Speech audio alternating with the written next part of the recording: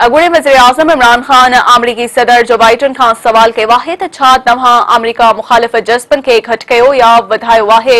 तहरीक इंसाफ़ जे chairman Imran Khan Twitter ते अमरीकी दिफ़ाई तज्ज़ियाकार रिबेका ग्रांट जे गैर मुल्की टीवी चैनल खे ॾिनल इंटरव्यू वारी वीडियो शेयर कंदे चयो आहे त अमरीका फर्माबरदार ऐं कठपुतली वज़ीर आज़म चाहियो पिए हुकूमत जी तब्दीली वारी साज़िश ते शक आहे त ही वीडियो ॾिसी वठो।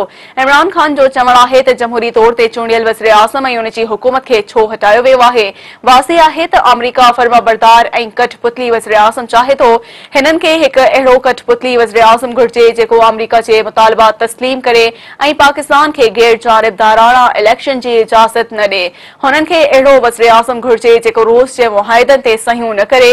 इमरान ख़ान पंहिंजे हिकु ॿिए ट्वीट में चयो आहे त अमरीका खे अहिड़ो वज़ीर आज़म घुर्जे जेको चीन सां स्ट्रेटेजिक लाॻापा घटि करे। जेकॾहिं को वज़ीर आज़म ख़ुदि मुख़्तियारी ऐं आज़ाद पड़ेही पॉलिसी जी दावा कंदो त उन खे हटायो वेंदो। चूंडियल वज़ीर आज़म खे हटाए शहबाज शरीफ जहिड़ो मकार ऐं घटिया वज़ीर आज़म आंदो वेंदो।